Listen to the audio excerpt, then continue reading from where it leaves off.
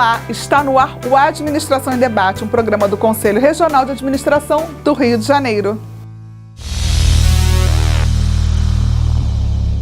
No programa de hoje, vamos acompanhar mais uma edição do Conexão Rio de Janeiro Brasil e uma entrevista com o consultor Peter Bach, que completa meio século de atuação. Confira!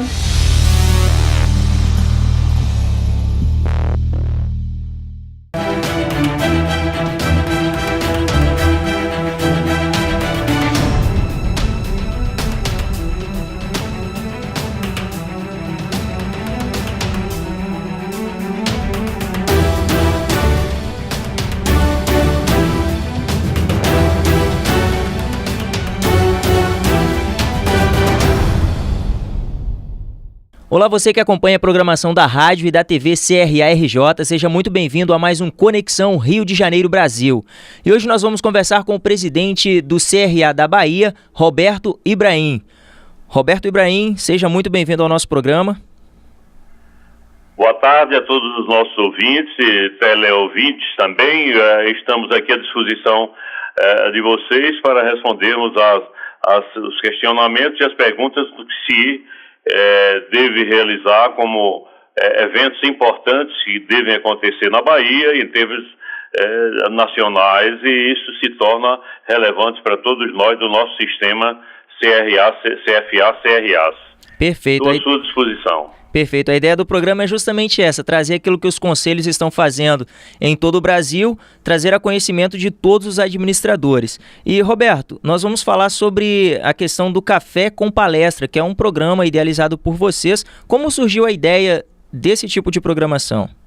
Olha, sempre já é uma prática nossa, há alguns anos, já há mais de 4 anos, realizarmos sempre um café da manhã com palestras exclusivas para administradores, né, e convidados especiais, com temas alusivos à própria ação administrativa do Conselho no que se refere àquilo que a gente vem realizando no nosso Estado.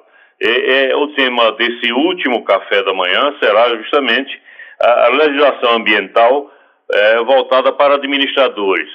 Sabem todos os ouvintes e sabem também nós brasileiros que estamos vivenciando uma área em que o meio ambiente se torna um diferencial competitivo muito importante. Já está em vigor e deverá entrar em vigor no próximo ano, já a Lei de Resíduos Sólidos, que vai impactar de forma preponderante não só as organizações que geram resíduos, como também os moradores em residências que geram também resíduos dentro de determinados limites fixados pela nova lei.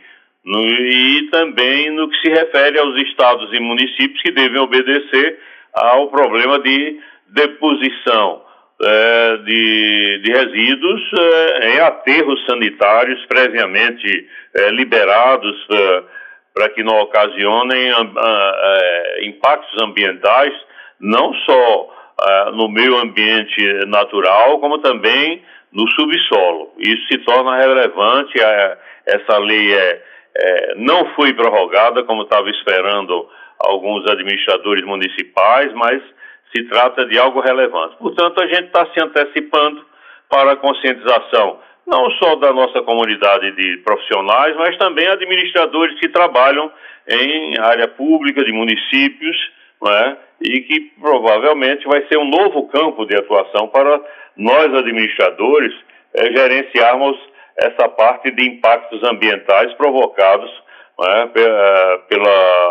pela própria geração de resíduos sólidos. Perfeito. Agora, hoje em dia, como o senhor mesmo disse, saber desse tema, né, dominar bem, torna-se um diferencial. Porém, futuramente vai acabar se tornando um requisito básico, né?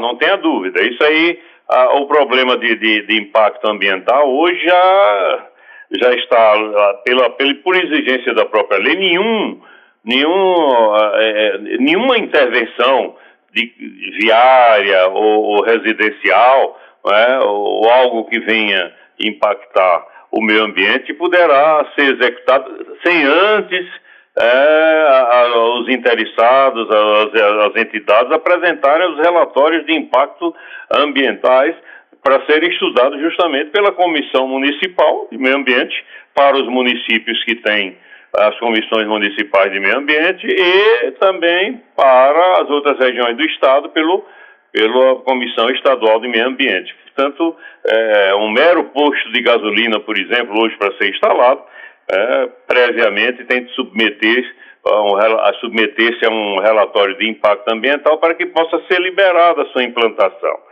Então, isso se torna relevante para todos nós, e a área de relatórios de impacto ambiental é uma área eminentemente nossa, da área de administração, e que a gente não pode abrir mão. Perfeito. Roberto Ibrahim, muito obrigado pela entrevista, pelos esclarecimentos. Ok, então. Nós aguardamos uma próxima oportunidade. Estaria à disposição de vocês aqui. Tá ok, muito obrigado. Ok, boa tarde. Até mais. E você que nos acompanha, muito obrigado pela audiência, fique bem e até o próximo Conexão Rio de Janeiro, Brasil. Fique bem e até o próximo programa. Tchau.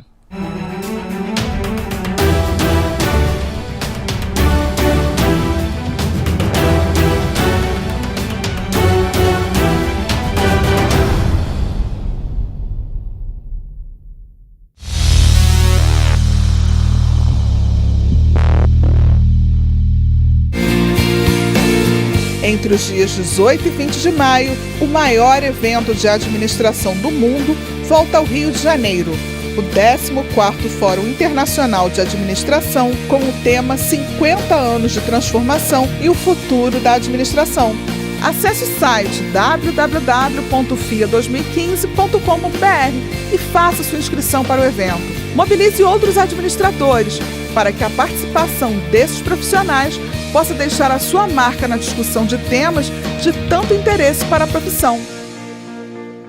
As inscrições para participar do 14º Fórum Internacional de Administração estão abertas. Profissionais e estudantes podem parcelar em até 12 vezes nos cartões de crédito ou pagar à vista com boleto bancário ou por transferência eletrônica de fundos. Profissionais e empresas registrados e adimplentes, estudantes registrados no CRRJ ou membros de instituições latino-americanas apoiadoras ganham descontos. Para ver a tabela completa dos preços, acesse o site do Conselho.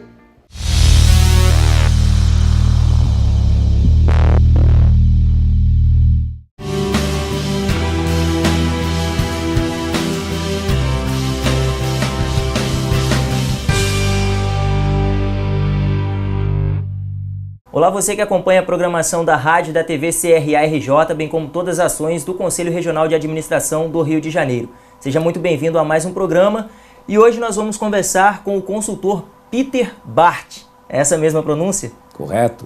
É um nome suíço, né? Peter Barth veio da Suíça aos 6 anos e Correto. É um brasileiro, podemos dizer assim. Por opção. Isso, muito bom. Agora, na área que o senhor atua, consultoria, dentre tantas áreas, por que escolher ser consultor? Olha, é uma circunstância interessante, não é? Eu me formei, na verdade, em psicologia e depois tive a oportunidade de fazer pós-graduação em administração na FGV em São Paulo, não é? E entrando em contato com vários tipos de possibilidades de trabalho, eu notei logo que aquela aplicação da psicologia a nível apenas clínico, individual, não me atraía muito. Mas o que me atraía mais era a aplicação da psicologia ao ambiente organizacional.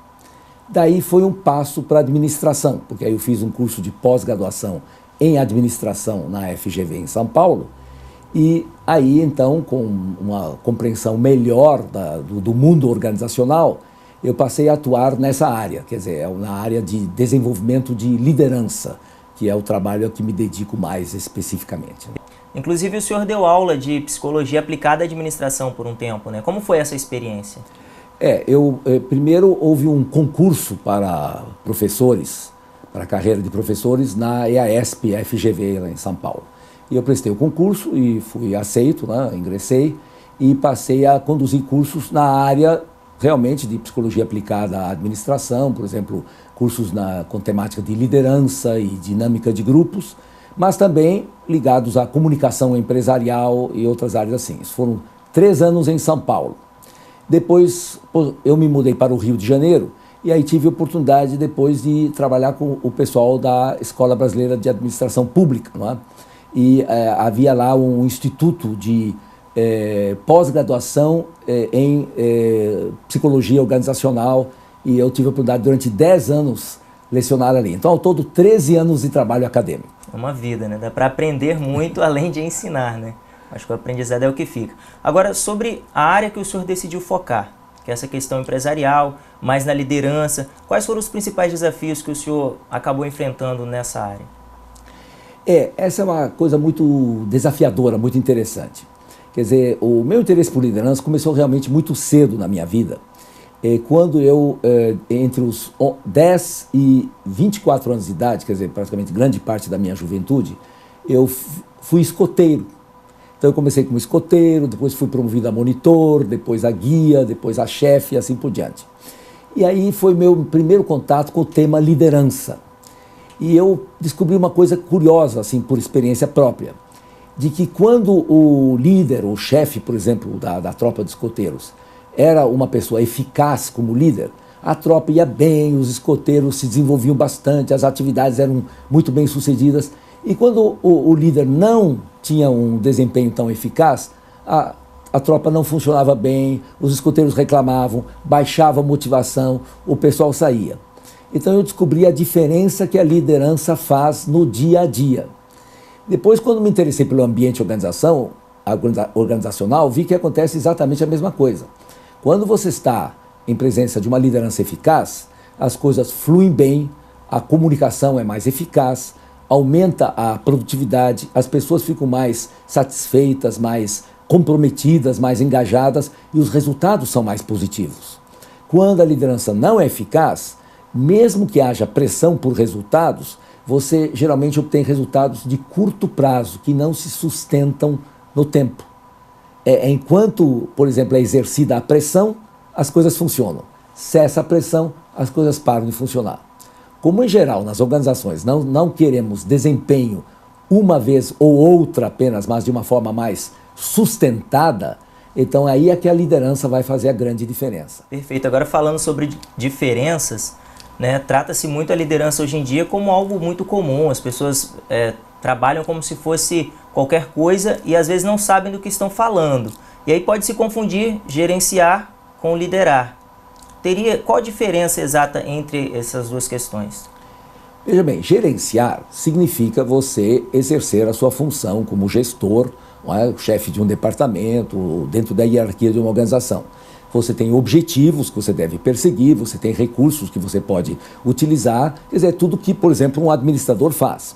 Mas a liderança não é uma pessoa diferente, é apenas uma habilidade que se acrescenta às demais habilidades de um gestor ou de um gerente e que faz a grande diferença quando se trata de obter resultados envolvendo a contribuição das pessoas. Porque a verdade é que você não vai poder obter resultados ou trabalhando sozinho ou apesar das pessoas. Perfeito, olha, muito obrigado pela entrevista e parabéns por este meio século aí de atuação de sucesso e que venham mais sucessos, mais vitórias e mais experiências aí como consultor. Muito obrigado. Obrigado pela oportunidade aqui para conversar com vocês. Já está convidado a voltar mais vezes. Muito obrigado, será um prazer. E você que nos acompanha as ações do Conselho Regional de Administração do Rio de Janeiro, muito obrigado pela audiência, fique bem e até o próximo programa. Tchau!